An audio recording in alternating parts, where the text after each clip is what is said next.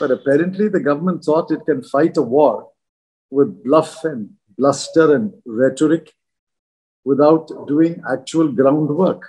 It's a collective decision making. From May 2014, this has become a one-person government. If you won the war in 2020, why is there another war in 2021? Every ruling government must be held accountable once in 5 years.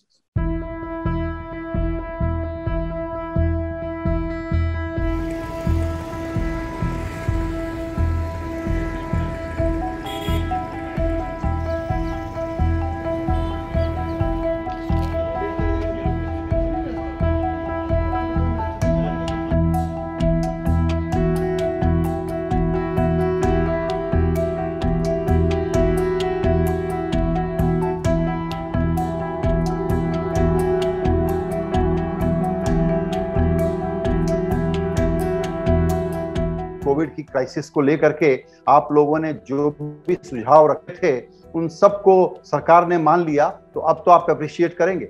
No, we are not entirely happy with the modifications announced in the new policy. There are still many crucial aspects on which the policy is discriminatory and inequitable.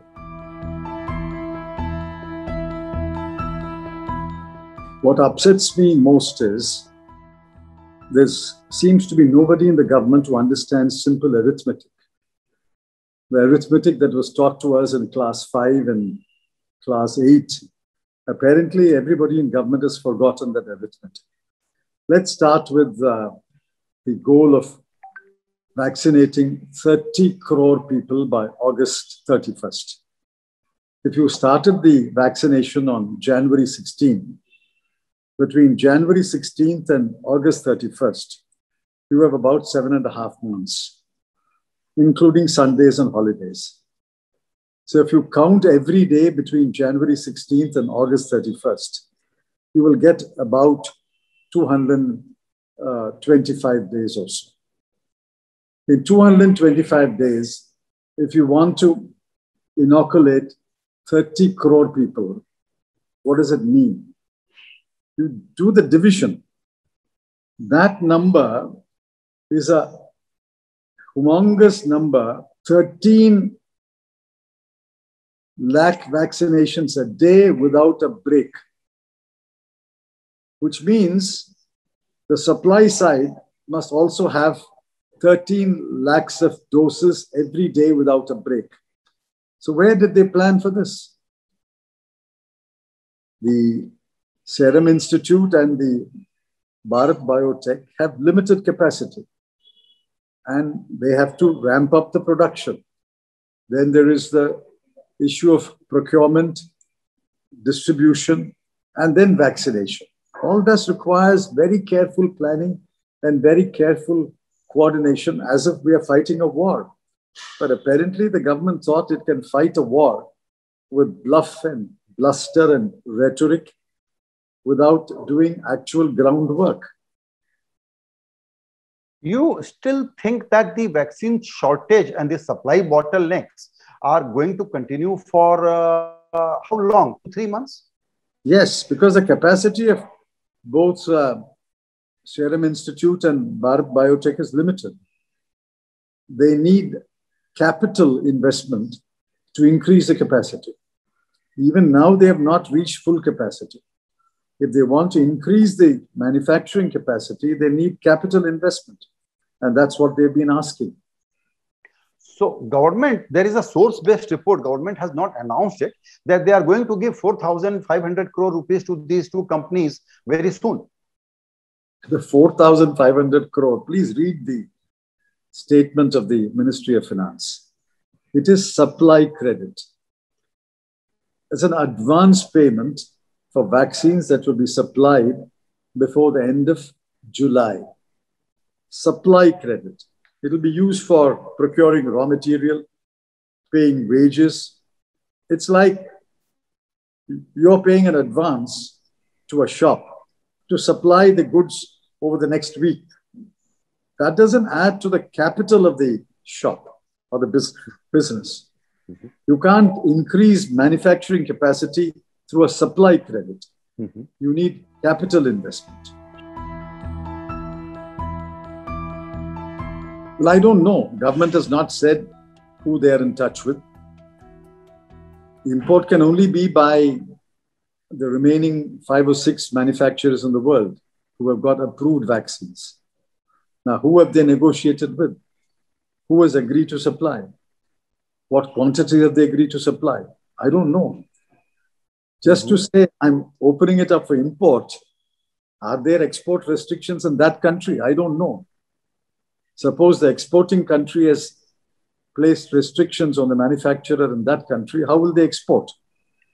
So instead of Government of India, vaccine manufacturers are issuing a statement to US President Biden that please allow the supply chain raw material exports to India, because we don't have these raw material at which America, there are some raw materials that only America supplies. So are you saying that, okay, Government of India will one day say that we have made all the arrangements. Sorry, if America is not supplying, what can we do? That is typical of this government. Why did they not ensure that the raw materials are produced within India? See, after all, there are API manufacturers in India, active pharmaceutical ingredient. There are other API manufacturers in the world. Of course, this is a matter of negotiation, but the government of India should take the lead in the negotiation. What is the bargaining capacity of Mr. Poonawalla vis-a-vis President Biden? I mean, can he pick up the phone and talk to President Biden? One is the president of the United States. One is the managing director of a manufacturing company. There is no bargaining capacity between them. So is it okay, or are you surprised that the top leaders of the country is still not calling President Biden? I'm not surprised. That's the way they function.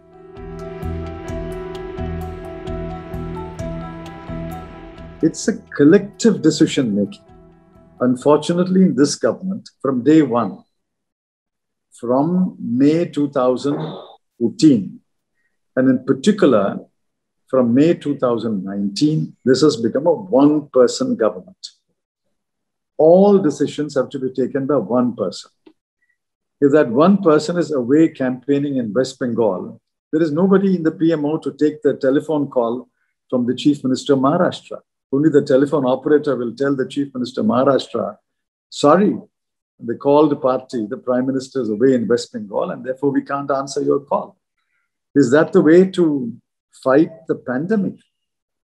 Firstly, the government must indulge in consultation and wide consultation with the states and collective decision making. Every day, Prime Minister is most frequently is talking to governors, chief ministers, doctors, pharma producers. He is very proactive. Of course he is. He appears to be proactive, but I need to see results on the ground. Why are ambulances lined up outside hospitals with patients waiting for beds? Why are mortuary vans lined up outside crematorium waiting for cremation time? Why are no vaccine boards hanging around hospitals? Why is the Chief Minister of Delhi, Maharashtra, and practically every other state complaining that we need more beds, we need more oxygen cylinders, we need more vaccine doses? Do you have any sense how much capacities have been ramped up in last 1 year? No. Practically no capacity addition has been made after, say, about September 2020 or October 2020. When the pandemic started waning or the curve was flattening, they gave up. And in fact, the Prime Minister is on record saying we have won the war against Corona. On April 17th or 18th, he told people that we won the war in 2020, we will win the war again in 2021. Which war did you win in 2020? If you won the war in 2020, why is there another war in 2021? This government has miserably failed in adding or maintaining the infrastructure health facilities that were built in the first 6 to 7 months of last year.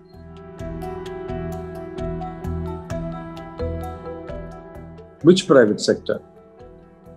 Which private sector player has jumped at the opportunity offered yesterday and said, I will procure the vaccines and vaccinate people? I have not seen any hospital chain make that statement. The way PLI scheme was introduced, do you think government should have done two things? A, link PLI scheme for the entire health infrastructure, medical care sector, and give funding for whatever is required. Why is government not spending? The PLI scheme, or a scheme like PLI, will work when the economy is booming. A PLI scheme will not work when the economy is in a recession. There is a demand recession in this country. If there is no demand, why would anybody increase its manufacturing capacity or output? PLI scheme will indeed work if exports are booming, but exports are not booming either. Therefore, these are doing the wrong things at the wrong time. And they dress it up with attractive acronyms: PLI, Atmanirbhar. Ask them, ask the chief economic advisor, ask the finance minister. Who said in economic survey that second surge of COVID is unlikely? Yeah, but he is wrong. The chief economic advisor has been wrong on many things, unfortunately. But since his advice is very palatable and music to the ears of the government, they continue to rely upon his advice. This is a time when you must spend. Please read my columns. Please read my tweets. Spend, spend, spend. This is what every distinguished economist in the world, Indian economist in the world, has said. Dr. Abhijit Banerjee, Dr. Raghuram Rajan, even Dr. Arvind Panagriya. Everybody has said spend, spend, spend. So why government is not heeding to that very logical and obvious advice? Because we are making that suggestion. Anything that comes from the opposition, anything comes from economists who have left the government, who are not associated with the government, is anathema. Even Dr. Arvind Subramanian, until 2 years ago, the chief economic advisor, says spend, spend, spend. But who listens to him today? Sir, one question about overall economic impact, because again, we are seeing the same visuals that people are leaving city after the lockdown. In 6 days lockdown in Delhi was announced. We thought there will be some arrangement made in advance, but people are now again migrating to their hometowns. Do you see this time the crisis will be of limited level, or it could be very significant? Well, I don't know. But I have always said that the recovery, if at all, will happen only in 21-22. I've said the year 2021, you will not see a recovery. If at all, the initial shoots of a recovery will be seen only towards the end of 2020. I mean, nobody took my assessment seriously. They said, no, recovery has already started. So recovery has already started. Why is there need for a lockdown? Why is there need for the workers to migrate again? Thank God, yesterday the Delhi High Court finally said, last year you failed workers, don't commit the same mistake this year. But last year the Delhi High Court should have pulled up the government. They did not. Be that as it may. They have cautioned the government that last year you failed the migrant worker. This year, please don't fail them. Let's see what the government does. Sir, the same situation will happen. I don't know to what degree. Whether it will happen to the same degree or to a lesser degree, I can't say. But self-employed people, daily wages, migrant workers, irregular casual workers will be the most affected. Women will be more affected than men because more women will lose jobs. More irregular workers will lose jobs than regular workers. And even white-collar workers will find that they are salaries are either frozen or cut. And they will tell them, sorry, we can't afford to pay you. Either you take a salary cut or leave the job. Now, how can anyone leave a job today? If you leave your job today, where will you get another job today? You've got parents, you've got family, you've got EMI, you've got rents to pay. So everybody will stay on like they did last year. They will have to grin and bear it. What else can you do if a government is so hopelessly short-sighted? Sir, livelihood is one part, but the current scene that we are seeing, it is devastating. The immediate attention has to be to stop this infection curve. We don't know when it will peak, and the scenario at hospital is absolutely mind-numbing. How do you think the immediate, in next 1 week, 10 days, 20 days, how can this be eliminated? How to mitigate this? Nothing can be done. You see, please understand one bitter truth. The pandemic came on its own. The pandemic waned on its own. Nothing that the government did caused the pandemic to come in, nor anything that the government did caused the pandemic to wane. It is on its own trip. All that the government can do is to vaccinate people and increase their immunity. That doesn't mean if you are vaccinated, there is a 1 in a 10,000 or 100,000 chance that you may still be infected. But that's a very low chance. All that the government can do is, 1, vaccinate, 2, find a cure. Somebody will find a cure for COVID. Some scientist, some laboratory will find a cure. Until then, you can only do vaccination. Increase the immunity of people. If you fail in the vaccination, the immunity of the people is not increased. For example, Israel has administered 119 doses for every 100 people. Now, Israel is, of course, a small country, but many countries have administered vaccines to 50% of the population. We can always say, and I agree, some must be made for that fact, that we are a very large population. So we can't really compare India with Israel. But nevertheless, our vaccination program should have been on such a scale and should have been implemented at such a pace or a rate that by now we should have vaccinated 20, 25, 30% of the people. We have not.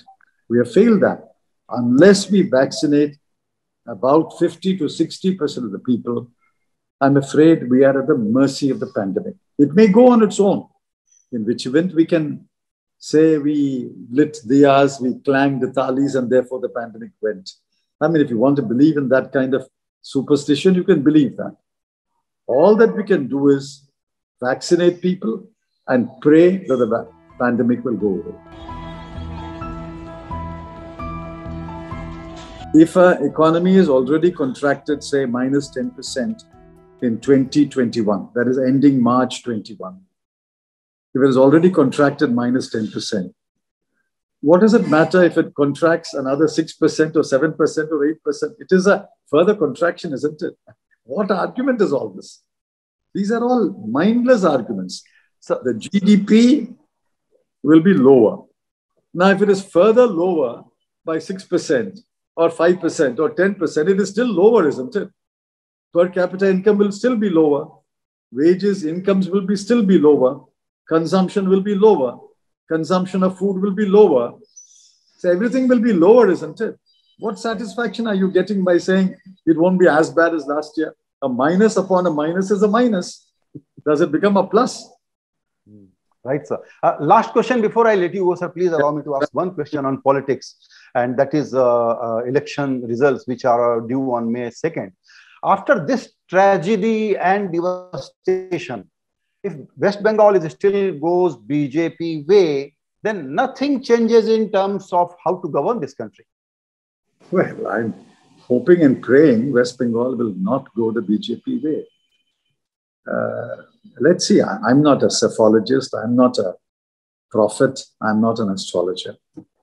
But I think people of West Bengal, like you and me, will be concerned about the turn for the worst that has happened over the last few days.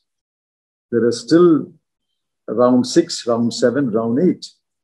And that is 3/8 of Bengal has to still to vote. So I'm not certain that West Bengal is going the BJP way, but God forbid it goes the BJP way.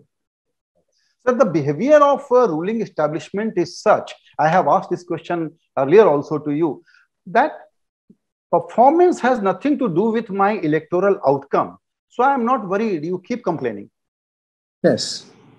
If that is their attitude, then the people must take note of that attitude. People must ask them, even if performance is bad, if they can keep winning elections, how does it help the country? How does it help the people of the country? How does it help my family? How does it help me?